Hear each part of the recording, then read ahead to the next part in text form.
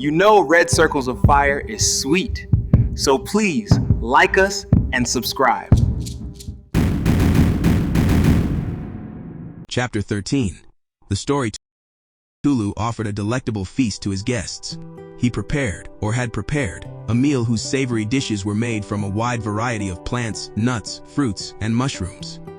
Of course, the coolness of the underground was fertile ground for mushroom cultivation. Not having eaten much in the last day, the three travelers were famished, but the food was absolutely delicious. The conversation focused entirely on Tulu's insights about the most recent books he read on the subject of what makes for a happy life.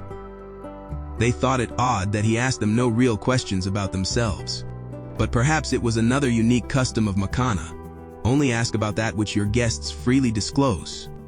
So Otomani took an opportunity to cautiously ask Tulu questions about Makana's society. Father, brother Tulu. Yes, my brother's son, Tulu replied, taking another sip of wine. What do you think are the true origins of the love festival everyone is celebrating? I've always wondered. Tulu dismissively shook his head. You see, schools today don't properly teach our history. That's probably why you asked me such an elementary question.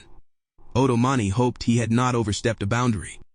Most regrettably, our great Holy Week of Love stems from the remembrance of a great war, Tulu began. Even today it makes me very sad to think war once divided the people of this great land eons ago. For as you know, we are a people of peace and love. In fact, our sacred book, The Portals of the Predecessors, states as the first commandment of the divine circles, Ejuma shall not kill Ejuma. He waited for the reaction of the three. A split moment later they all feigned matter-factual responses, as though they were well aware of this commandment. Yes, of course, sure, I recall. But they had to hide their shock hearing Tulu use words and phrases that sounded eerily familiar to words and phrases of Rakana, such as portals of the predecessors versus protocols of the ancestors, or Ejuma versus Aduma. Tulu wiped his mouth with a napkin and continued. Well, eons ago, there were Ejuma people who would not accept the paradise our predecessors built for us here. They discovered fire gold in ancient mines, and this gold corrupted their minds and hearts. It made them greedy, full of prejudice, and willing to enslave and kill their sisters and brothers.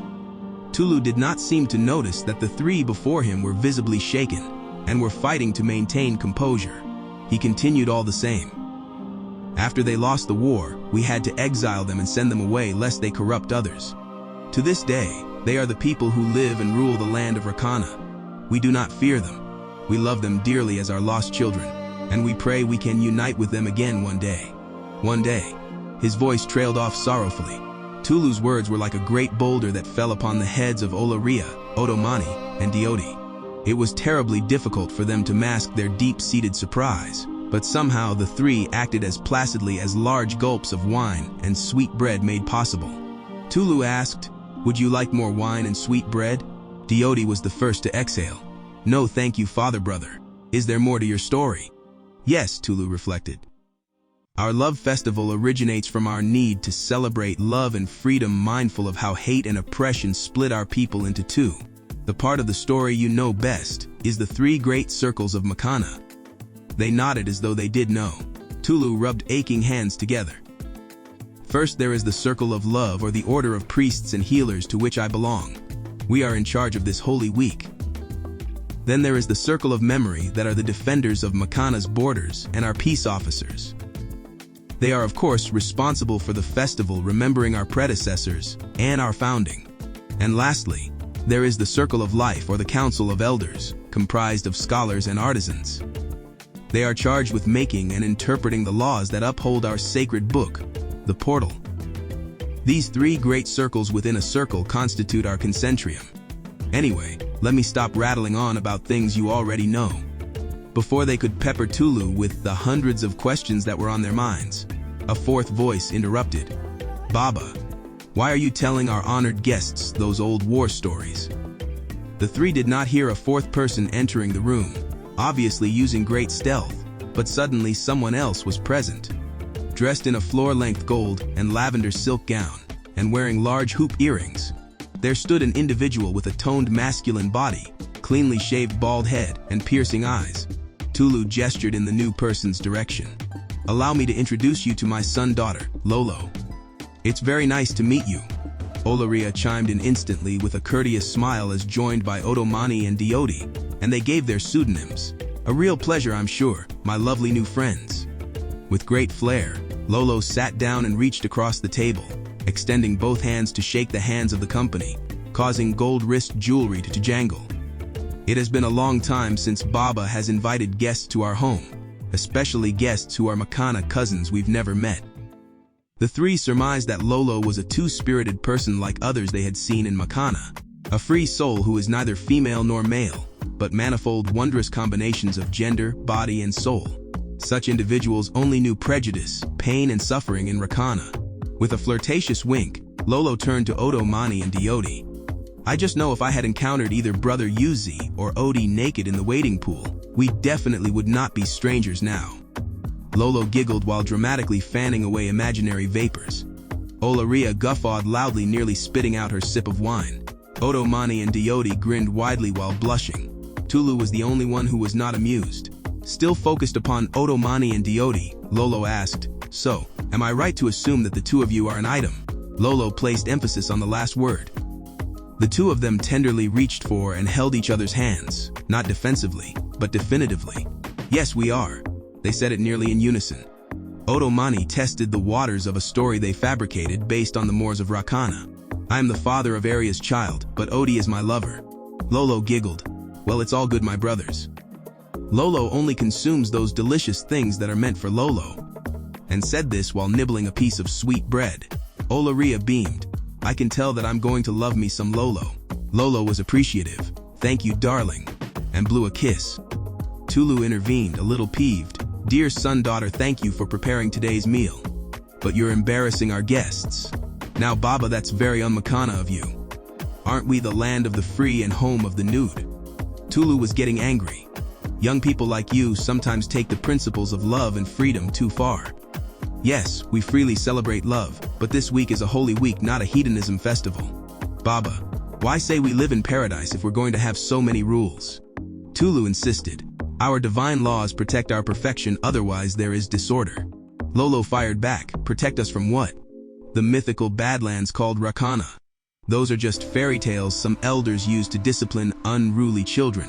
But most young adults don't believe it exists, or that is as hellish a place as you say. I doubt you and other elders really think that it exists either. It's just that every paradise needs a hell." The three travelers could not believe their ears. To be referred to as a hellish place was unsettling, even though they knew of the cruelties of Rakana. "Hell does not require you to believe in it, son-daughter, in order for it to exist. However, now is not the time for us to rehash this theological argument, not in front of our guests." Brother Tulu scowled. "All right, Baba, you're right. I apologize." Picking up a bottle of wine that was on the table, Lolo changed the subject. "Would anyone like more wine?" All politely declined while Lolo topped off her glass. Turning to Otomani and Diodi. "Well, the two of you make a real cute couple, if I'm not being impolite in saying that. Thank you." And looking underneath the table, Lolo remarked, "Miss Aria, I didn't notice just how much you are with child. Should you be traveling on foot as big as that belly is?" Tulu rolled his eyes. Tickled by the rambunctious candor of Tulu, Olaria replied, "I feel fine, sister-brother Lolo. I am not going to have the baby for many more weeks, and by that time we will be in the capital city, right?" Lolo sucked their teeth to convey skepticism. "I don't know about that. It's true that due to a sacred custom, most pilgrims travel by foot for many days. But typically pregnant women and children are permitted a special permission to take public transport." Olaria could not stop herself. "Public what?" She almost covered her mouth when she realized she had just telegraphed her ignorance. Lolo did not appear to catch the slip. "You know, one of the many omnibuses. You don't see many during this holy week, but there are a few. I was thinking about making the trek to Makana City myself, but decided to just get me some hot loving right here in the neighborhood."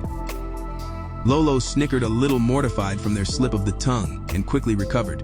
"Sorry, Baba. I promise I'll be good the rest of the evening." Tulu finally permitted himself a laugh at what he saw as the incorrigible antics of Lolo. "You're hopeless, but I still love you dearly.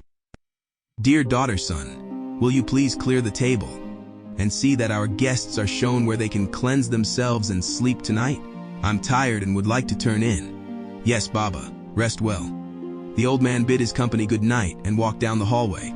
Lolo said, "Well, I will show you all where you can sleep tonight before I clear the table." Lolo turned to Diodi and Otomani.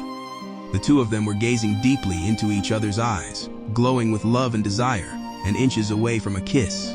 Lolo sucked their teeth. "It looks like the two of you are about to get a head start by laying down on this damn table." More laughter. Otomani grinned. "No, we'll wait, sister brother Lolo. But you know how Makana makes a person desire the good things in life." Lolo raised an eyebrow and said with a tinge of skepticism in their voice, "Yeah, that's our story. True or not?" As Otomani was undressing in their room that night, the question popped into his mind. What if Lord Kotorei and General Usalata have found a way to pursue us beyond the portal of no return? He took comfort in the fact that it was considered a sin to enter into the sacred zone, and whoever did enter uninvited would face the wrath of the goddesses. He silently sighed. He patted through his robes and noticed he did not have the map. At first, a small panic gripped his chest. But rather than worry Diodi and spoil their moment of lovemaking, he resolved to talk to Diodi about it in the morning. After all, even if found, how could anyone in this big paradise know that map belonged to them? Now, good people, please like, comment, and subscribe to catch the next thrilling episode of Red Circles of Fire.